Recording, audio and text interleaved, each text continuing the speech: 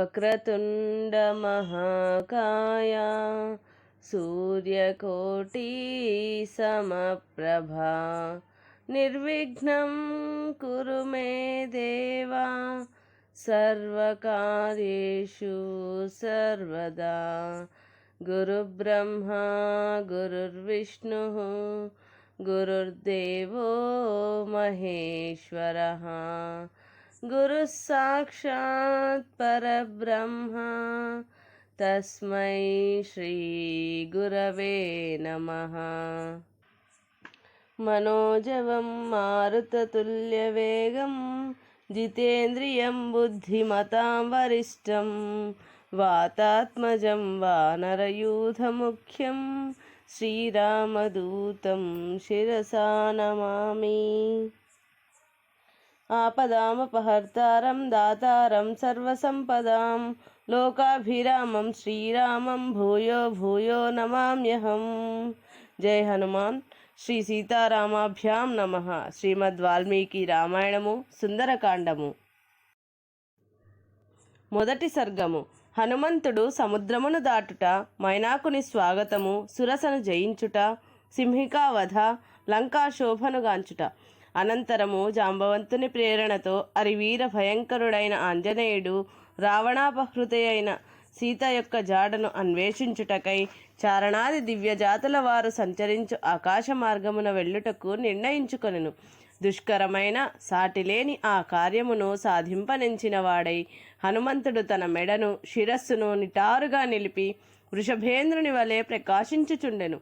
అచటి పచ్చిక బయళ్ళు వైఢూర్యవర్ణ శోభితములై చల్లదనము కలిగి మృదువుగా స్వచ్ఛములై ఉండుటచే అవి సలిలకల్పములై వాయుస్పర్శచే తరంగాయితములై అలరారుచుండెను.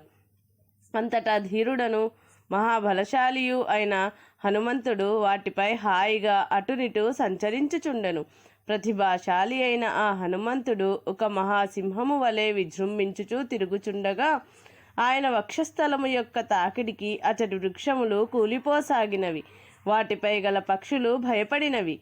పెక్కు మృగములు అసువులను కోల్పోయినవి. ఆ మహేంద్రగిరి సహజముగానే నీలము, ఎరుపు, పసుపు, ఆకుపచ్చ, తెలుపు, నలుపు మొదలగు చిత్ర విచిత్ర వర్ణములు గల ధాతువులచే అలంకృతమై ఉండెను.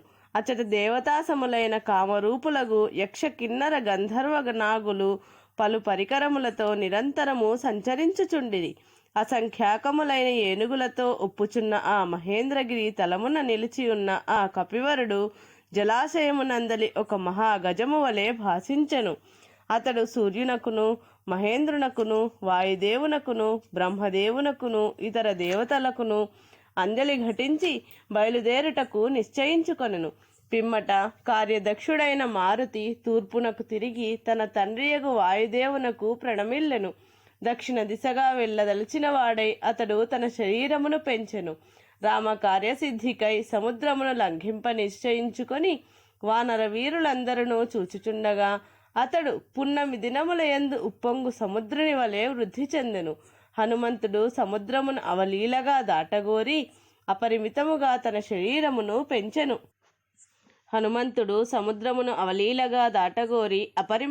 తన శరీరమును పెంచెను. లంఘించుటకు ఉద్యుక్తుడై మహేంద్రగిరిని తన కరచరణములచే బలముగా అదిమెను. ఆ పర్వతము స్థావరమే అయినను మారుతి గట్టిగా అదుముటచే అది కొన్ని క్షణముల పాటు కంపించెను. విరబూసిన చెట్లు కొమ్మల నుండి పువ్వులన్నీయును జలజలా రాలెను. చెట్ల నుండి రాలి సువాసనలను వెదజల్లుచున్న పుష్పములతో ఆ పర్వతము నిండిపోయెను. అప్పుడది ఒక పూల కొండవలే భాసించెను.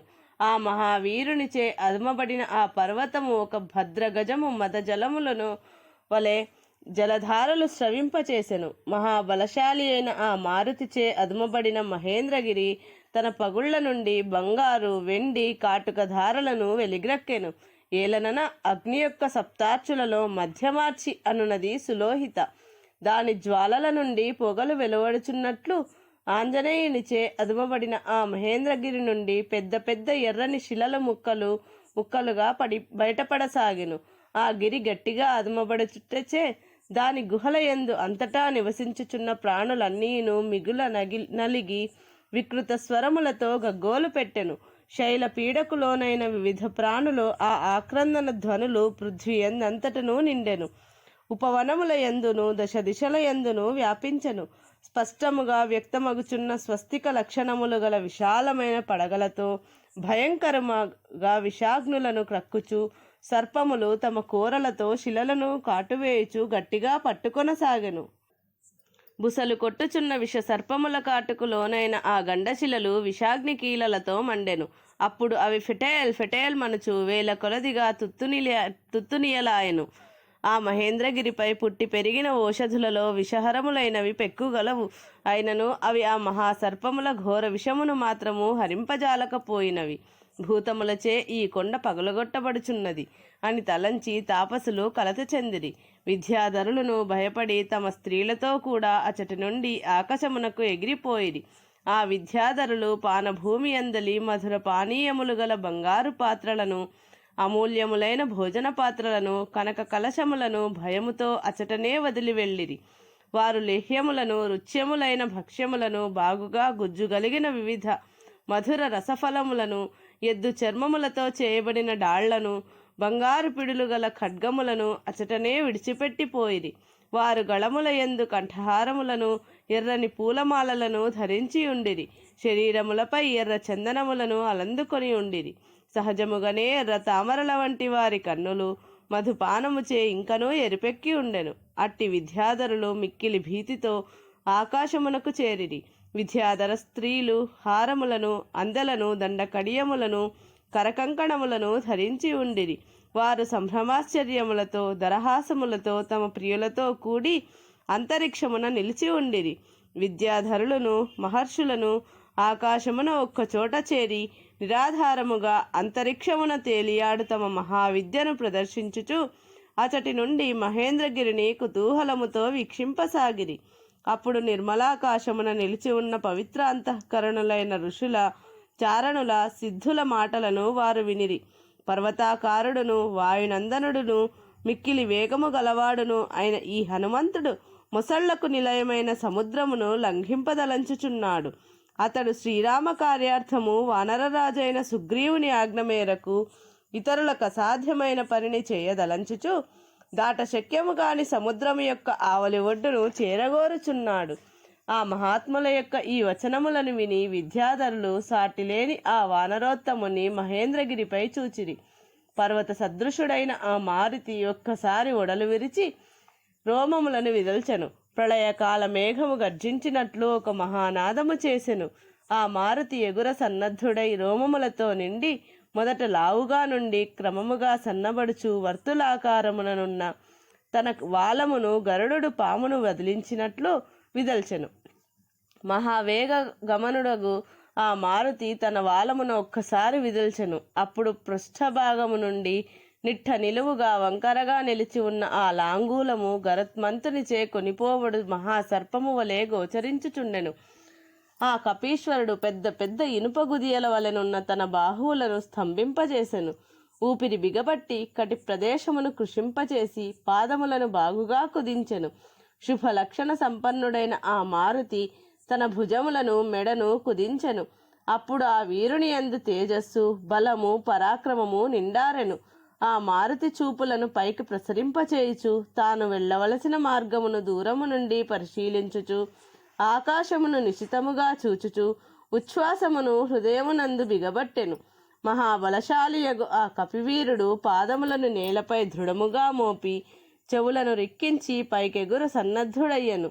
వానర శ్రేష్ఠుడైన హనుమంతుడు అంగదాది వానరులతో ఇట్లనెను: వాయువేగమున సాగిపోవు రామ బాణము వలె నేను మిక్కిలి వేగముగా రావణునిచే పాలింపబడుచున్న లంకకు వెళ్ళెదను. అచ్చట జానకీమాతను కాంచజాలనిచో అదే వేగమున సురలోకమునకు పోయేదను. ఆ స్వర్గమున కూడా సీతాదేవిని దర్శింపనిచో రాక్షసరాజైన రావణుణ్ణి అవలీలగా బంధించి తీసుకొని వచ్చెదను. ఏది ఏమైనను కృతకృత్యుడనై సీతతో సహా తిరిగి వచ్చెదను.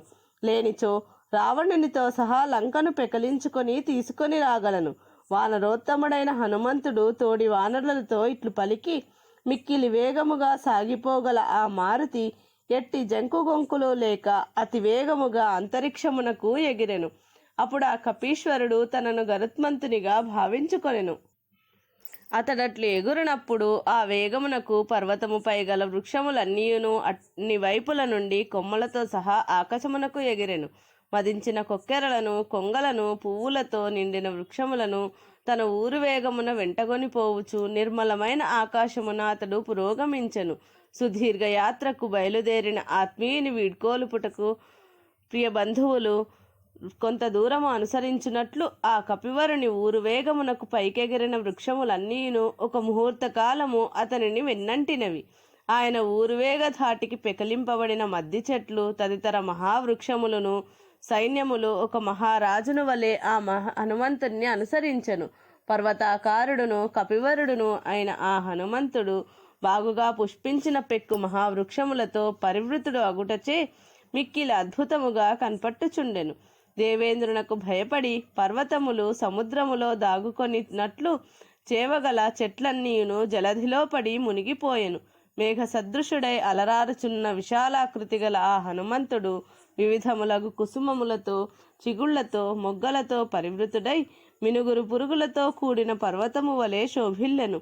ఆత్మీయులను కొంత దూరం అనుసరించి వెనుకకు మరలిన మిత్రుల వలె ఆ చెట్లు ఆయన వేగముతో కొంత దూరం అనుసరించినవై ఆయన వేగము నుండి విడివడి పువ్వులను రాల్చుచు నీటిలో పడి అంతటను వ్యాపించెను. ఆ హనుమంతుని వాయువేగ కారణముగా వృక్షముల యొక్క వివిధములగు పుష్పములు కొంత దూరము కొనుపోబడినవై తేలికగా ఉండుట వలన తుదకు విచిత్రముగా అవి సాగరమున పడిపోయెను. అప్పుడు ఆ మహాసముద్రము అసంఖ్యాకములైన నక్షత్రములతో కూడిన ఆకాశము వలె శోభిల్లెను. వివిధములగు రంగులు గల పుష్ప సమూహములు మారుతి శరీరముపై అంటుకొని ఉండగా అతడు ఆకాశమున మెరుపు తీగలతో అలరారు మేఘము వలె ప్రకాశించెను. ఆయన వేగముచే చెల్లా చెదరై పడిపోయిన పువ్వులతో ఆ సముద్ర జలము మనోజ్ఞమై ఉదయించుచున్న మనోహరములైన నక్షత్రములతో అలరారు ఆకాశము వలె విలసిల్లెను. బాగుగా చాచబడినవై అంబరమున అలరారుచున్న ఆ మారుతి 2 బాహువులు పర్వతాగ్రము నుండి వెలువడిన 5 పడగల సర్పముల వలె భాసిల్లుచుండెను. మహావేగ గమనుడైన ఆ కపివరుడు ఉత్తుంగ తరంగములతో అలరారు ఆ సముద్రమును తన ఛాయ ద్వారా జుర్రుచున్న వాని వలె ఒప్పారెను. ఇంకనూ అతడు ఆకాశమును పానము చేయగోరు వాని వలెను భాసిల్లెను. వాయు మార్గమున సాగిపోవుచున్న ఆయన యొక్క కన్నులు విద్యుత్కాంతుల వలె మెరయిచు పర్వతమునందలి 2 అగ్నుల వలె ప్రకాశించుచుండెను. వానర శ్రేష్ఠుడైన మారుతి యొక్క నేత్రములు పింగళ వర్ణము గలిగి మిక్కిలి విశాలములై గుండ్రముగా విలసిల్లుచుండెను. అప్పుడవి ఉదయించుచున్న సూర్యచంద్రుల వలె భాసిల్లుచుండెను. ఎర్రని నాసిక గల ఆయన ఎర్రని ముఖమండలము సంధ్యారాగ సంశోభితమగు సూర్యమండలము వలె విలసిల్లుచుండెను. ఆకాశమున తేలిపోవుచున్న వాయుపుత్రుని యొక్క వాలము మహోన్నతముగా నిలిచి పైకెత్తబడిన ఇంద్రధ్వజము వలె శోభిల్లుచుండెను. మహాత్ముడును తెల్లని పలు వరుసగలవాడును మిక్కిలి ప్రజ్ఞాశాలియు అయిన ఆ వాయునందనుడు చక్రాకృతిలోనున్న వాలముతో కూడి పరివేషముతో ఒప్పుచున్న భాస్కరుని వలె తేజరిల్లెను. ఎర్రని వాలమూల ప్రదేశ శోభలతో ఒప్పారు ఆ కపీశ్వరుడు గైరికాది ధాతువులతో 2గా విభజింపబడిన పర్వతము వలె విరాజిల్లెను. సముద్రమును లంఘించుచూ పోవుచున్న ఆ వానర వీరుని బాహుమూలముల ద్వారా ప్రసరించు వాయువు మేఘ గర్జన వలె ధ్వనింపసాగెను. పొడవైన వాలముతో కూడి ఉత్తర దిశ నుండి దక్షిణ దిశకు సాగిపోవుచున్న ఆ కపివరుడు ఆకాశమున ఉత్తరమున పొడమి దక్షిణ దిశగా రాలిపోవు తోకచుక్క వలె గోచరించెను. ఉల్కాపాతము లోకమునకు అశుభ సూచకము. అట్లే మారుతి దక్షిణ దిక్కునకు సాగిపోవుట లంకకు అరిష్ట సూచకము. సాగిపోవుచున్న సూర్యుని వలె ఒప్పుచు విశాల దేహము గల ఆ వానరేంద్రుడు కక్షయందు బంధింపబడిన మహామాతంగము వలె శోభిల్లెను. హనుమంతుడు ఆకాశమున సాగిపోవుచుండెను. ఆయన నీడ సముద్ర జలములలో ప్రతిబింబించుచు లోతుగా మునిగి ఉండెను. నీటిలో కొంత మునిగి మిగిలిన భాగము నీటిపై తేలుచు అనుకూల పవనముల ప్రభావమున సాగిపోవు నౌక వలె అతడు ఒప్పెను. ఆకాశమున ఆ మారుతి సాగిపోవునప్పుడు అతడు దాటుచున్న సముద్ర ప్రాంతములన్నీను అతని ప్రబల వేగమున అల్లకల్లోలములై ఉన్మాదభరితములైనట్లు కనబడెను. కొండలంత ఎత్తునకు ఎగురుచున్న సముద్ర తరంగములను తన వక్షస్థలముతో నెట్టుచు వానిని చిన్నాభిన్నము గావించుచు ఆ మహాకపి మిక్కిలి వేగముగా ఆకాశమున తేలిపోవుచుండెను. హనుమంతుని గమన వేగమున ఏర్పడిన బలీయమైన వాయువు, మేఘముల నుండి వెలువడు గాలియు రెండునూ కలిసి భయంకర ఘోషలతో ఘూర్ణిల్లుచున్న సముద్రమును ఇంకనూ కంపింపచేసినవి. లవణ సముద్రమునందు ఉవ్వెత్తుగా ఎగురుచున్న పెద్ద పెద్ద తరంగ పంక్తులను చెల్లాచెదురు గావించుచు ఆ కపివరుడు ఒక విభజన రేఖ వలె భూమి ఆకాశములను వేరు చేయుచున్నట్లు సాగిపోవుచుండెను. మహావేగ గమనుడైన హనుమంతుడు మేరు మందర పర్వతముల ఎంత ఎత్తున ఎగిరి ఎగిరి పడుచున్న ఆ మహాసముద్ర తరంగములను లెక్క పెట్టుచున్న వాని వలె ముందునకు సాగెను. ఆ వాయునందరుని వేగముచే పైకెగసిన సముద్ర జలము ఆకాశమునందంతటను వ్యాపించి జలముతో కూడిన తెల్లని శరత్కాల మేఘము వలె విలసిల్లెను. తరంగితమైన సముద్రము యొక్క జలములు అటునిటూ తొలగిపోవుట వలన అందలి తిమింగలములు, మొసళ్ళు, పెద్ద పెద్ద చేపలు, తాబేళ్లు, వస్త్రములు తొలగిన మానవ శరీరముల వలె కనబడుచుండెను. సముద్రమునందలి సర్పములన్నీను ఆకాశమును తేలిపోవుచున్న కపీశ్వరుణ్ణి గాంచి ఆయనను గరుత్మంతునిగా తలపోసిల్లినవి. ఆ వానర శ్రేష్ఠుని నీడ 10 యోజనముల పొడవు 30 యోజనముల వెడల్పు గలదై నీటిపై మిక్కిలి మనోహరముగా ఒప్పుచుండెను. ఆ వాయునందనుణ్ణి అనుసరించుచున్న విశాలమైన అతని నీడ సముద్ర జలములలో స్వచ్ఛమైన దట్టమైన మేఘమండలము వలె విరాజిల్లెను. మహా తేజస్వియు మహాకాయుడును అయిన ఆ కపివరుడు నిరాధారమైన వాయు మార్గమున పయనించుచు రెక్కలు గల పర్వతము వలె భాసిల్లుచుండెను. అమిత బలశాలి అయిన ఆ కపీంద్రుడు మిక్కిలి వేగముగా వెళ్ళుచున్న ఆ మార్గమున సముద్రము విశాలమైన ఓడవలే ఒప్పారెను.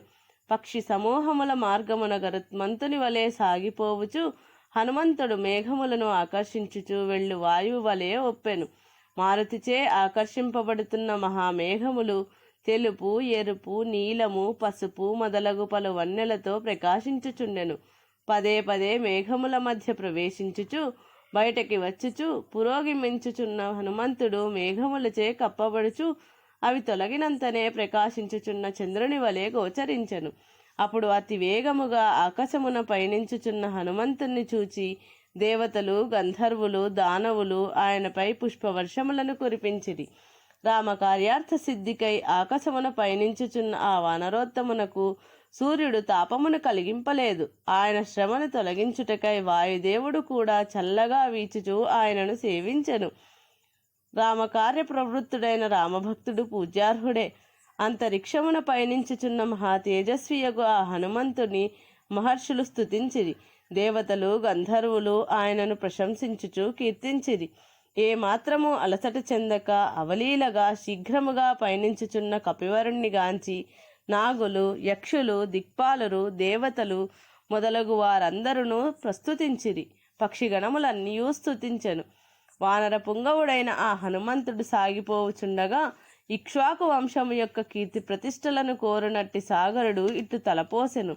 వానరేంద్రుడైన హనుమంతునకు సహాయపడనిచో నేను అన్ని విధములుగా అందరి దృష్టిలో నిందార్హుడనగుదును. నేను ఇంతటి వాడనగుటకు ఇక్ష్వాకు ప్రభువు అయిన సగరుడే కారకుడు. ఇతడు ఆ ఇక్ష్వాకు వంశ సచివుడు కావున ఇతడు ఎట్టి శ్రమలకును గురికారాదు. కనుక నేను ఈ కపీశ్వరునకు తగు రీతిగా విశ్రాంతిని సమకూర్పవలెను. అతడు ఇచ్చట విశ్రమించి తరువాతి ప్రయాణమును హాయిగా కొనసాగింపగలడు. ఈ విధముగా సముద్రుడు నిండు మనస్సుతో బాగుగా ఆలోచించి జలములలో దాగి ఉన్న గిరిసత్తముడును బంగారు శిఖరములు కలిగిన వాడును అగు మైనాకునితో ఇట్లనెను. ఓ మైనాకా, దేవరాజైన ఇంద్రుని కారణమున పాతాళవాసులైన రక్కసిమూకలకు అడ్డుగా నీవు మహాశిలవలే నిలిచిపోయితివి. పరాక్రమవంతులైన ఆ రాక్షసులు మరలా లేచి రాకుండా దుర్భేద్యమైన ఈ పాతాళ ద్వారమును పూర్తిగా మూసివేసి ఇచట ఉంటివి. ఓ మైనాకా, పైకిని కిందికిని అన్ని వైపులకును పెరుగుటకు నీవు సమర్థుడవు. కనుక ఓ గిరీంద్ర, నిన్ను ప్రోత్సహించుచున్నాను. లెమ్ము. పరాక్రమవంతుడు, అసహాయ శూరుడు, కపిప్రవరుడు అయిన ఈ హనుమంతుడు రామకార్యార్థి అయి నీకు పైభాగమున ఆకాశమున ఇదిగో వచ్చుచూనే ఉన్నాడు. ఇక్ష్వాకు వంశజులు నాకు పూజ్యులు. నీవు నన్ను ఆశ్రయించి ఉండుట వలన నీకును వారు పరమ పూజ్యులు. కనుక ఇక్ష్వాకు వంశము వాడైన శ్రీరాముని ఆజ్ఞానువర్తియగు ఇతడికి సహాయపడుట మన కర్తవ్యము. కావున మాకు సహాయపడుము. హనుమంతునకు విశ్రాంతిని చేకూర్చుము. ఈ కార్యమును విధిగా ఆచరింపుము. కర్తవ్య కార్యమును సకాలములో చేయనిచో పెద్దలకు కోపము వచ్చును, సజ్జనులకు కోపము రానీయరాదు. ఈ కపివరుడు మనకు అతిథి, పరమ పూజ్యుడు. కావున నీవు నీటి నుండి వెంటనే బయటికి రమ్ము. ఆలసింపవలదు. నీపై అతడు విశ్రాంతిని తీసుకొనగలడు. బంగారు శిఖరములు గలవాడా, దేవతలచే గంధర్వులచే సేవింపబడువాడా, ఓ మైనాక, హనుమంతుడు నీపై ఒకంత విశ్రమించి తరువాతి ప్రయాణమును కొనసాగింపగలడు. పరాక్రమశాలి అయిన వానరశ్రేష్ఠుడు ఇదిగో నీ సమీపమునకు రానే వచ్చినాడు. సీతాదేవి విషయమున శ్రీరాముని విహ్వలతను, రాముడి ఎడబాటు వలన సీతాదేవి యొక్క దుస్థితిని, హనుమంతుని కార్యభారమును గుర్తించి త్వరగా బయటికి రమ్ము. సువర్ణ శృంగుడైన మైనాకుడు సముద్రుని మాటలను పాటించి లతలతో ఒప్పుచున్న పెను వృక్షములతో సహా వేగముగా నీటి నుండి బయటకు వచ్చెను. మేఘమండలమును చీల్చుకొని ప్రకాశించు కిరణములతో వచ్చు భాస్కరుని వలె అప్పుడు ఆ మైనాకుడు సాగర జలములను భేదించుకుని బయటకు విచ్చేసెను. సముద్రునిచే నియోగింపబడిన మహాత్ముడైన ఆ మైనాకుడు సాగర జలములచే ఆవృతుడై ఒక్కసారిగా తటాలున తన శృంగములను దర్శింపచేసెను. ఆ మైనాకగిరి శిఖరములు బంగారు కాంతుల నీనుచుండెను. వాటిపై కిన్నరులు విహరించుచుండిరి. మహాసర్పములు సంచరించుచుండెను. ఆ శిఖరములు ఆకాశమును రాయిచు ఒరయిచు ఉదయించుచున్న సూర్యకిరణముల వలె అంతటా భాసిల్లుచుండెను. సముద్ర జలముల నుండి ఉవ్వెత్తుగా పైకి లేచిన మైనాక పర్వత శిఖరములు పుటము పెట్టిన బంగారు వన్నెలను విరజిమ్ముచుండెను. అందువలన లోహవర్ణము గల ఆకాశము కాంచన ప్రభలతో ఒప్పారెను. సువర్ణమయములై స్వయం ప్రభలతో వెలుగొందు శిఖరములతో విరాజిల్లుచు ఆ గిరీంద్రము వందల కొలది సూర్యులతో సమానముగా మిరిమిట్లు గొలుపుచుండెను. లవణ సముద్ర మధ్యమున అనూహ్యముగా పైకి వచ్చి ఎదురుగా నిలిచి ఉన్న ఆ మైనాక పర్వతమును చూచి హనుమంతుడు ఇది ఒక ఆటంకము అని తలంచెను. మిక్కిలి వేగముగా సాగిపోగల ఆ కపీశ్వరుడు వాయు మేఘమును వలె అత్యున్నతమైన ఆ పర్వతమును తన వక్షస్థలముతో పడద్రోసెను. కపివరునిచే అవలీలగా పడగొట్టబడిన ఆ గిరీంద్రము ఆయన వేగబలమునకు అబ్బురపడి ఓహో ఎంతటి శక్తి అనుచు హర్షముతో పులకించి ఆనందముతో ఉప్పొంగిపోయెను. ఆ మైనాక పర్వతము ప్రేమతో ప్రసన్నమైన మనస్సుతో మానవ రూపమును ధరించి తన శిఖరముపై నిలిచి ఆకాశమున వెళ్ళుచున్న ఆ కపివీరుణ్ణి సమీపించి ఇట్లు పలికెను. ఓ వానరోత్తమా, నీవు ఈ దుష్కర కార్యమునకు పూనుకొంటివి, అలసితివేమో. నా శిఖర ప్రదేశములందు నిలిచి హాయిగా కొంతకాలము విశ్రమింపుము. ఈ జలధి రఘువంశజులచే ఇంతగా వృద్ధి చెందినది కనుక అట్టి సాగరుడు రామకార్యమును సాధించుటకై నియుక్తుడవైన నీకు అతిథి సపర్యలు చేయదలచినాడు. మేలు చేసిన వారికి ప్రత్యుపకారము చేయుట అందరికీ కర్తవ్యము. ఇది సనాతన ధర్మ లక్షణము. అట్టి సముద్రుడు నీకు సహాయపడదలచినాడు. నీ సమ్మానమును పొందుటకు అతడు అర్హుడు. అతనిచే నియుక్తుడనైన నా ఆతిథ్యమును నీవు స్వీకరించుటయే అతనికి జరుగు సమ్మానము. శతయోజనముల దూరము ప్రయాణము చేయుటకై ఈ కపివీరుడు ఆకాశ మార్గమున వెళుచున్నాడు. నీ సానువుల అనగా కొండచర్యల యందు కొంత విశ్రమించి తరువాతి ప్రయాణమును పిదప కొనసాగింపగలడు అని సముద్రుడు నన్ను నీ నిమిత్తమై సగౌరవముగా ప్రోత్సహించెను. కనుక ఓ కపివరా, కొంతసేపు నాపై విశ్రమించి ముందునకు సాగుము. అందువలన ఓ హరివీరా, ఇచట కందమూల ఫలములు సమృద్ధిగా గలవు. అవి కమ్మని వాసనలను కుమ్మరించుచున్నవి, మిక్కిలి రుచికరమైనవి. వాటిని ఆస్వాదించి కొంత తడవు విశ్రమించి పిమ్మట ముందుకు సాగిపోవచ్చును. ఓ కపివరా, మాతో కూడా నీకు సంబంధము కలదు. నీవు సత్పురుషుల ప్రేమాదరములను స్వీకరించువాడవుగా ముల్లోకముల యందును ప్రసిద్ధికెక్కితివి. ఓ మారుతి, కపికుంజరా, వేగముగా ఎగిరిపోగల వానర శ్రేణిలో నిన్ను ఒక ప్రముఖునిగా తలంతును. ధర్మాత్ముడైన బుద్ధిమంతుడు ఇంటికి వచ్చిన అతిథి సామాన్యుడైనను అతన్ని పూజించును. ఇక నీ వంటి మహాత్ముడు వచ్చినప్పుడు పూజింపవలసిన విషయము చెప్పనేలా. ఓ కపీశ్వర, నీవు దేవతలలో శ్రేష్ఠుడును మహాత్ముడును అయిన వాయుదేవుని కుమారుడవు. వేగములో అతనికి నీవే సాటి. ఓ ధర్మజ్ఞ, నిన్ను పూజించినచో వాయుదేవుణ్ణి పూజించినట్లే. అందువలన నీవు నాకు పూజ్యుడవు. ఇందుకు కారణమును చెప్పెదను, ఆలకింపుము. ఓ పూజ్యుడా, పూర్వకాలమున పర్వతములకు రెక్కలు ఉండడివి. అవి గరుడ వేగముతో వాయువేగముతో అన్ని దిక్కులకును సంచరించుచుండడివి. అందువలన సంచరించినప్పుడు అవి వచ్చి తమ మీద పడునేమో అని దేవతలందరూ ఋషులెల్లరును సకల ప్రాణులను భయపడుచుండెడివారు. అంతటా సహస్రాక్షుడైన ఇంద్రుడు క్రుద్ధుడై పర్వతముల రెక్కలను అక్కడికక్కడే తన వజ్రాయుధముచే పూర్తిగా ఖండించి వేసెను. ఆ దేవేంద్రుడు క్రుద్ధుడై నా రెక్కలు ముక్కలుగా చేయుటకై వజ్రాయుధమునెత్తి నా కడకు వచ్చుచుండగా మహాత్ముడైన వాయుదేవుడు నేర్పుగా నన్ను సముద్రమున పడవేశెను. ఓ వానరోత్తమా, నీ తండ్రి అయిన వాయుదేవునిచే నేను సురక్షితుడనై చెక్కు చెదరని రెక్కలు గలవాడనై ఈ లవణ సముద్రమున భద్రముగా ఉంచబడి తిని. ఓ కపివర, అందువలన వాయుదేవుడు నాకు మిక్కిలి పూజ్యుడు కనుక నేను నిన్ను సగౌరవముగా ఆదరించుచున్నాను. నీకును నాకును గల ఈ సంబంధము సద్గుణ ప్రధానమైనది. ఓ కపీశ్వర, ఈ సంఘటనల కారణముగా నీవు నిండు మనస్సుతో సముద్రునకును నాకును ప్రీతిని గూర్పుము. ఓ కపిసత్తమా, నీ దర్శనము వలన నేను ఆనందభరితుడనైతిని. ఇచట కొంత తడువు ఆగి అలుపు తీర్చుకొనుము, మా పూజలనందుకొనుము, ప్రేమను ఆదరింపుము. మైనాకుని మాటలను విన్న పిమ్మట హనుమంతుడు ఆ గిరివరునితో ఇట్లు పలికెను. మీ ఆదరవచనములకు తృప్తి చెంది తిని. నీ ఆతిథ్యమును స్వీకరించినట్లే భావింపుము. ఏమీయూ అనుకొనవద్దు. కార్య సమయము మించిపోవుచున్నది, పగలు గడిచిపోవుచున్నది, ప్రొద్దు గ్రుంకుచున్నది. మిత్రుల ఎదుట ప్రతిజ్ఞ చేసి ఉంటిని, కావున మార్గ మధ్యమున ఇచ్చట ఆగుటకు వీలు లేదు. మహావీరుడైన ఆ హరిప్రవరుడు ఈ విధముగా పలికి తన కరస్పర్శతో మైనాకుని ఆతిథ్యమును స్వీకరించినట్లుగా ప్రకటించి ప్రసన్నముఖుడై ఆకాశమును కొంత పైకెగిరి మిక్కిలి వేగముగా ముందునకు సాగెను. వాయుసుతుడైన ఆ హనుమంతుని సముద్రుడు మైనాకుడు మిక్కిలి ఆదరముతో చూచుచు భక్తి తత్పరులై పూజించిరి. రామకార్యసిద్ధికి అనువగు ఆశీర్వచనములతో అభినందించిరి. అనంతరము మారుతి మైనాకుని సముద్రుని వీడ్కొని పైకి కొంత ఎత్తునకు ఎగిరి వాయు మార్గమును అనుసరించి నిర్మలాకాశమున ఇంకనూ వేగముగా పురోగమించెను.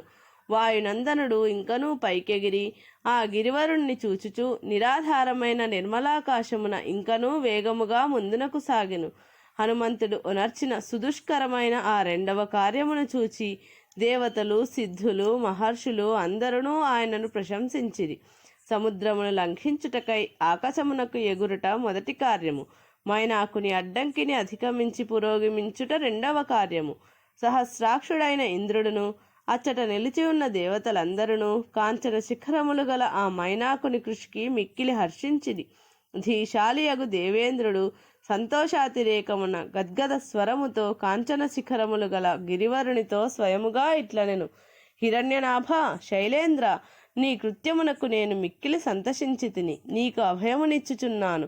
ఓ సౌమ్య, నీవింక హాయిగా ఉండుము. మిక్కిలి పరాక్రమశాలియు 100 యోజనముల దూరమునకు పయనించుచున్నవాడును భయపడవలసిన సమయమునందును నిర్భయముగా ఉన్న హనుమంతునకు నీవు గొప్పగా సహాయపడితివి. ఈ కపీశ్వరుడు దశరథనందనుడైన శ్రీరాముని దూతగా వెళ్ళుచున్నాడు. అట్టి వానిని నీవు సత్కరించినందులకు నేను మిక్కిలి సంతోషపడుచున్నాను. అనంతరము దేవతలకు ప్రభువైన ఇంద్రుడు పరితుష్టుడగుటను గాంచి పర్వతోత్తముడైన ఆ మైనాకుడు మిక్కిలి ప్రహర్షమును పొందెను. అంతటా ఇంద్రునిచే అభయమును పొందిన ఆ గిరివరునకు మనస్సు కుదుటబడెను. హనుమంతుడు ఆ సాగర ప్రదేశమును ఒక క్షణకాలములో దాటిపోయెను.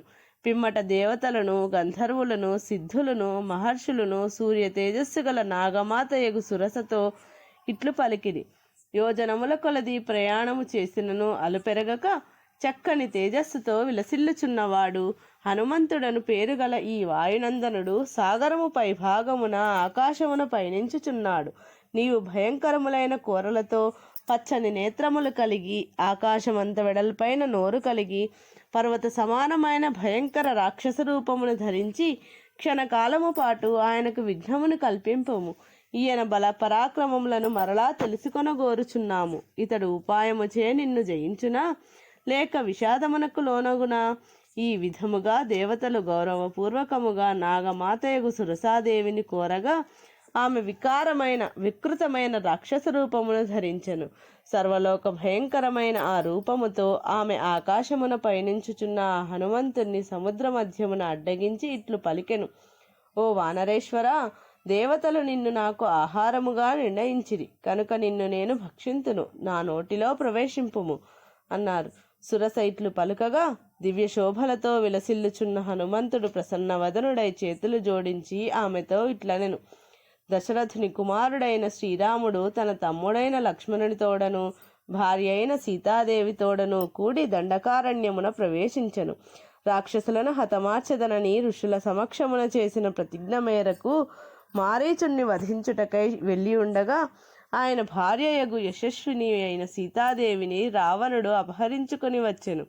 రాముని ఆదేశమును అనుసరించి నేను ఆమె కడకు దూతగా వెళ్ళుచుంటిని. ఓ సురస, నీవును ఆయన రాజ్యమునందే నివసించుచున్న దానవు. ఆయన త్రిలోక ప్రభువు కనుక ఆయన కార్యమునకు సహాయపడుము. అట్లు కానిచో సీతామాతను చూచి ఆమె కుశలవార్తను కార్యనిర్వహణ దక్షుడైన రామునకు తెలిపి పిమ్మట నీ ముఖమున ప్రవేశింతును. నేను ఈ మాటను ప్రతిజ్ఞాపూర్వకముగా పలుకుచున్నాను. హనుమంతుడు ఇట్లు వచింపగా కామరూపిణి అయిన సురస ఇట్లు పలికెను. ఎవ్వరునూ నన్ను కాదని ముందునకు సాగలేరు. ఇది నాకు వరము. ముందునకు సాగుచున్న హనుమంతుని చూచి అతని బలమును పరీక్షింపకోరినదై నాగమాత అయిన సురస ఇట్లు పలికెను. ఓ వానరోత్తమా, ఇప్పుడు నీవు నా నోట ప్రవేశించియే ముందునకు సాగవలెను. పూర్వము బ్రహ్మదేవుడు నాకు ఇచ్చిన వరమిది అని పలుకుచూ త్వరపడుచున్నదై నోటిని విపులముగా తెరిచి హనుమంతుని ముందర నిల్చెను. సురస ఇట్లు వచింపగా హనుమంతుడు క్రుద్ధుడై నన్ను మృంగదలచినుచో నీ నోటిని తెరువుము అని సురసతో పలికి మారుతి 10 యోజనముల వెడల్పుతో 10 యోజనముల ఎత్తునకు పెరిగెను. 10 యోజనముల వైపుల్యముతో ఎదిగి మేఘ సదృశుడై ఉన్న ఆయనను చూచి సురస తన నోటిని 20 యోజనములకు పెంచెను.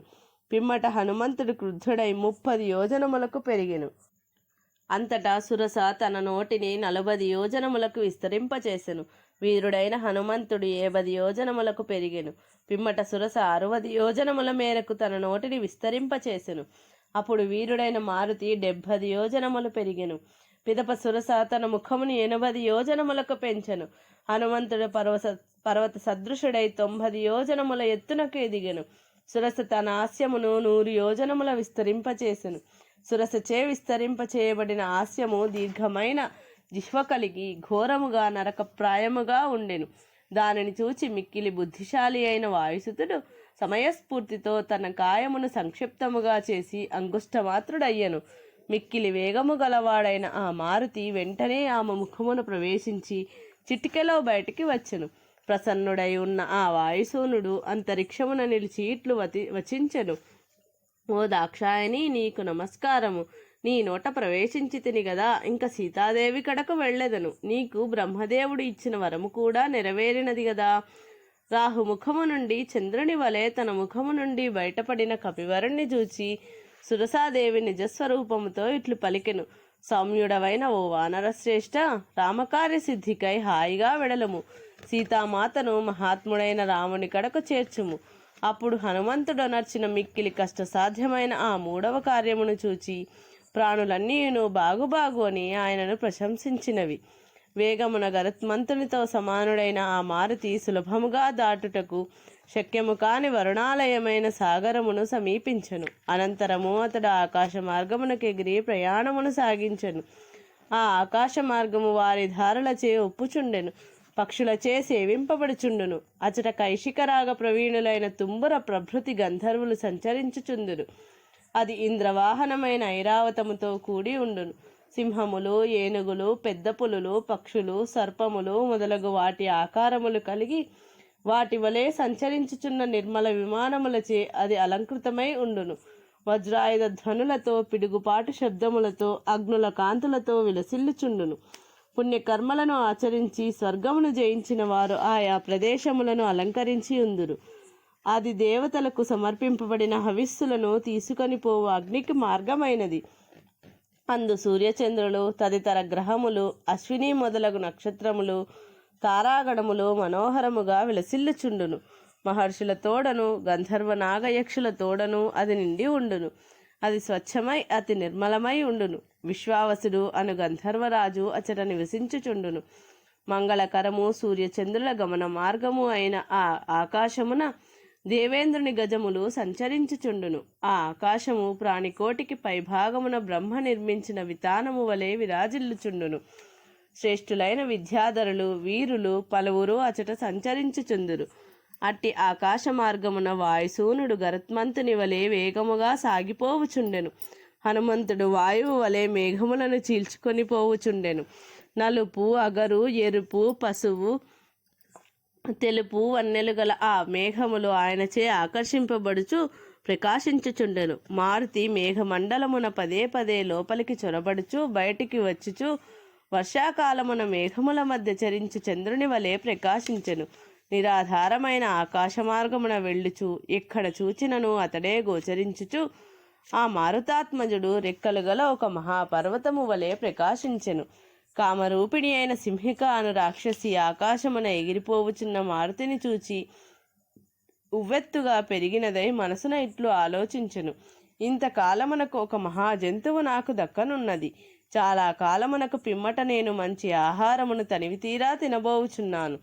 ఆ రాక్షసి ఇలా ఆలోచించి ఆయన ఛాయను ఒడసి పట్టెను. తన నీడ లాగుకొని పోబడుచుండగా హనుమంతుడి ఇట్లు తలపోసెను. సముద్రమున ఎదురుగాలికి పయనించు మహానావ వలె నా పరాక్రమము కుంటుపడుచున్నది. నేను బలవంతముగా లాగబడుచుంటిని అని. అనంతరము హనుమంతుడు క్రింద పైన అన్ని వైపులా పరికించెను. అప్పుడు అతడు సముద్రము నుండి బయల్వెడలిన ఒక మహాసత్వమును గాంచెను. ఆ వికృతాకారమును చూచి మారుతి ఇట్లు తలంచెను. చూచుటకు మిక్కిలి ఆశ్చర్యకరము మహాశక్తివంతము అయిన ఈ ఛాయాగ్రాహిణిని కూర్చియే కపిరాజైన సుగ్రీవుడు తెలిపి ఉండెను. అది ఇది, ఇందు సందేహము లేదు. ప్రజ్ఞాశాలి అయిన ఆ హనుమంతుడు యథార్థముగా అది సింహికయే అని గుర్తించెను. వర్షాకాలమునందలి మేఘము వలె అతడు తన శరీరమును పెంచెను.